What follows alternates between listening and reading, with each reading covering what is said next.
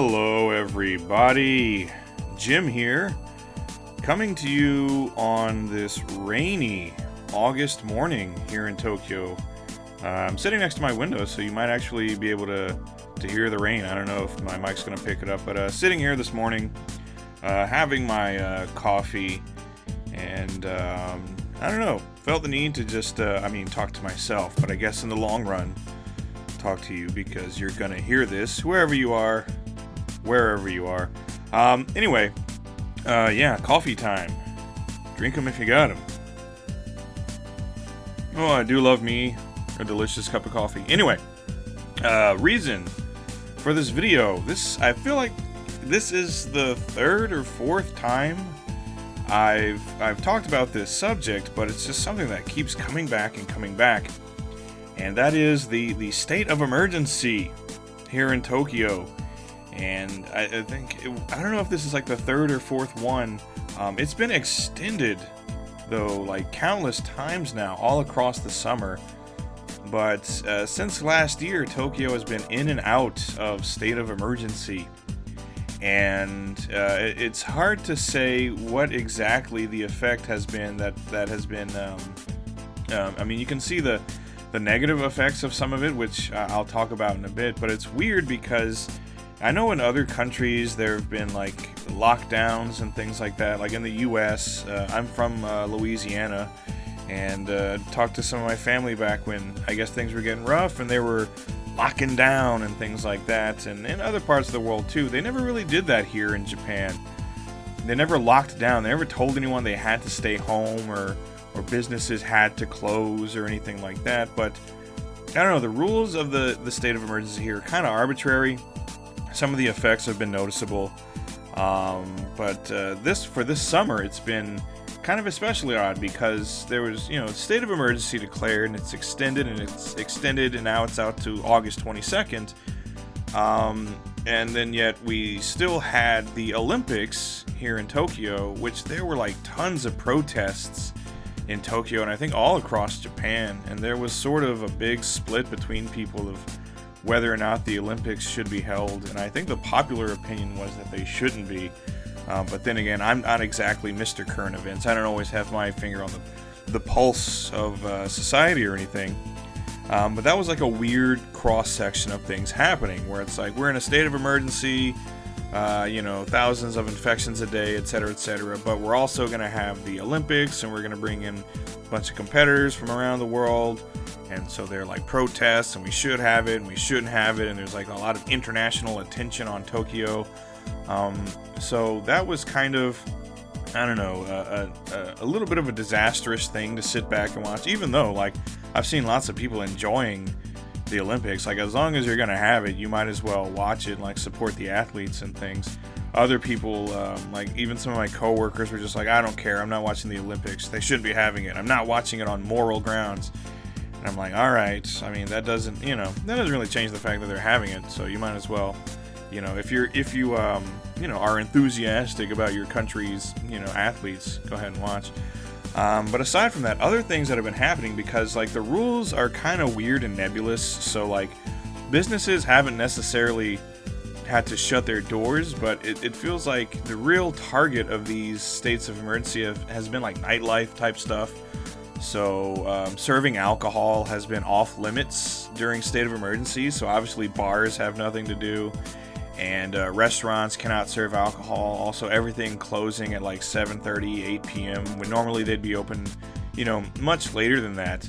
But it hasn't really like affected like other businesses. So just for example, like the whole alcohol thing, one channel that my friend Sam shared with me recently, that I thought was hilarious is a series of videos called Konbini Confessions, which, if you don't know, konbini is the word used in Japan for convenience stores, so like 7-Eleven and Family Mart and all that stuff.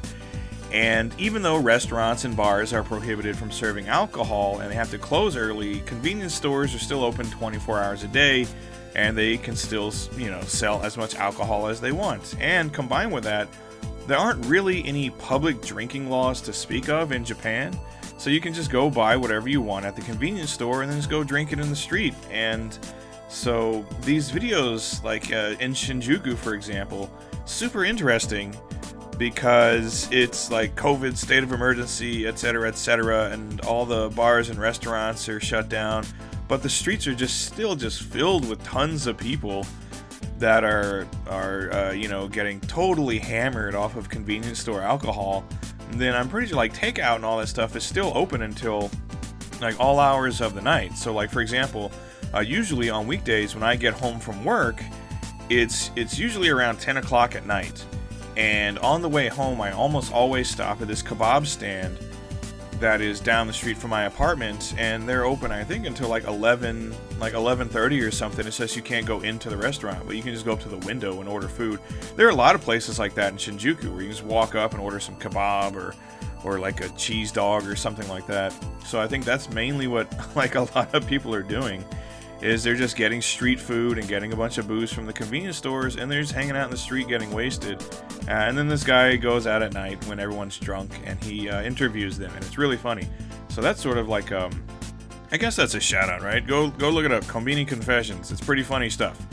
Go watch that. So that's one thing that kind of, I don't know, confuses me. That seems like such a half measure. It's like all you bars and clubs, no alcohol for you, but convenience stores, yes. Public drunkenness, yes, that's fine, because nothing bad happens when you're drunk out in public. So that's one thing. Another thing is, unfortunately, like the real ramifications of this, like businesses are closing, and in particular, something that's kind of relevant to me is that I love arcades. I love the fact, that's one of my favorite things about living in Tokyo, is that whenever I'm out and about, pretty much any neighborhood I'm in, I'm not too far away from a game center, so I can go and play something at least. But arcades have been shutting down. So like, for instance, it was like Sega Building 3 in Akihabara that shut down, I think, earlier this year. And now the Sega building in Ikebukuro, I believe it's called Sega Gigo, which I've been to like numerous times, they're shutting down too in September. That arcade's going to be closed, and who knows what it's going to be replaced with. And it's not like this is strictly because of COVID, because there were arcades closing down prior to this. A video on my channel is it was One Last Day at Japan's Coolest Arcade, where it was the warehouse in Kawasaki, this big awesome arcade that looked like Kowloon. It was modeled after Kowloon City in Hong Kong, and it was awesome arcade. And it's just their lease was up. I guess they weren't pulling in enough money, so the building got converted into something else. So the writing was already kind of on the wall for stuff like this. I guess even in Japan, arcades aren't as popular as they used to be, even though they do still get, I guess, decent business. It's not enough to make like really big profits or anything. So another Sega arcade is closing. And something interesting I've seen, arcade that I frequent called Mikado. There are 2 Mikado locations. I've actually shot videos at both of them. But one is in Takadanobaba, the other one is also in Ikebukuro, and one of the things they've done to kind of combat the low business during this time is they've started YouTube channels. So they're live streaming all day long and all night long. You can go to the Mikado and Mikado 2 YouTube channels and watch them live streaming arcade games all day with really high skill players and the owners and staff at the arcade, like doing commentary and all kinds of stuff like that. And so you can watch, and obviously during the live streams you can give donations and things like that if you want to like help keep those arcades going. Which is, I think, an interesting thing I've noticed is a lot of it's not just Mikado, but other people, like as money is started, getting tight and business hours are constrained and businesses are closing, lots of people are turning to things like streaming and YouTube and stuff like that in the hopes that it can turn into something that makes them some money. So again, for example, a friend of mine owns a bar in Shinjuku called Deathmatch in Hell. And while I don't think necessarily it's in danger of going out of business, because it is a small bar in Golden Guy, and he's made enough money to keep the lights on for, but he's had to constantly like close and then can only open for a little while and then close again, etc., etc. So while it's closed and he's got lots of time on his hands, he figured, you know, screw it, I'll start a YouTube channel too. And so he has. So he has the Deathmatch in Hell YouTube channel. So while the bar is closed, he's out and about, you know, making some videos, going on. He collects a lot of things. You know, he's a big enthusiast for like B movies and horror movies and things. So he goes out and he collects memorabilia and VHS and things like that. So he makes, you know, pretty cool videos for his channel. And that's just like another one of those things where it's like, holy crap, you know, I need a way to make some kind of income. Let's give this YouTube thing a shot. And it's kind of, I don't know, it's tough breaks because YouTube isn't exactly like the big money making place that some people think it, you know, it could be. And then the streamers on like Twitch, like there's been a huge increase in what's called IRL streamers. So people who just go out with their streaming rig, you know, their phone and mobile Wi-Fi and gimbal and all that stuff, and just walk around streaming. Just walk to random places and talk to people and go to, you know, go here, go there, drink, do this, that, the other thing. And then they stream all of it and people watch it and they love it. People who, you know, there's a large contingent of people out there who are interested in content about Japan, and people who had plans to travel to Japan that had to get the kibosh. I mean, we have had like zero tourism. I'll give you an interesting kind of just a personal anecdote. Not just like zero tourism, like zero almost like people coming in, period. So recently I had to renew my residence card, which usually is like my most dreaded day of the year because I have to go to the Immigration Bureau here in Tokyo, and that is just a nightmare. It's always so packed with people, and it's like a 4 or 5 hour ordeal. You wait to get in a line, and then you get through the line, and then you get a number, and then you get in another line, and you give documents to this person, that person, and it's an all-day thing, and it's frustrating, and it's extremely boring, and just it's like the worst day of the year. This year, instead of like 5 hours, I was in and out of the building in 45 minutes. There was like nobody. There were no lines. You didn't have to wait in a line. You just walk up to the counter, hand them your documents, and then get your number, and then you wait, and then go grab, you know, whatever paperwork they give back to you. 5 hours down to 45 minutes. That's how few people are being allowed into the country. I think everybody just sort of bailed and like went home, and then since then almost nobody's been allowed back in, and so immigration is not such a headache as of right now. That's just sort of a personal anecdote. That doesn't, you know, that's nice for me. It's not nice for all the people that want to actually come into Japan. So content on Japan it's pretty popular with people outside of Japan. Lots of people watching the streamers, watching Japanese YouTube channels, things like that. And so there's like an avenue there to potentially make some money for these people who their businesses are struggling. So that's one interesting thing I've noticed. There's lots of people in Japan taking more and more to social media and content creation as a means to potentially recoup some of that money that they've lost during these states of emergency.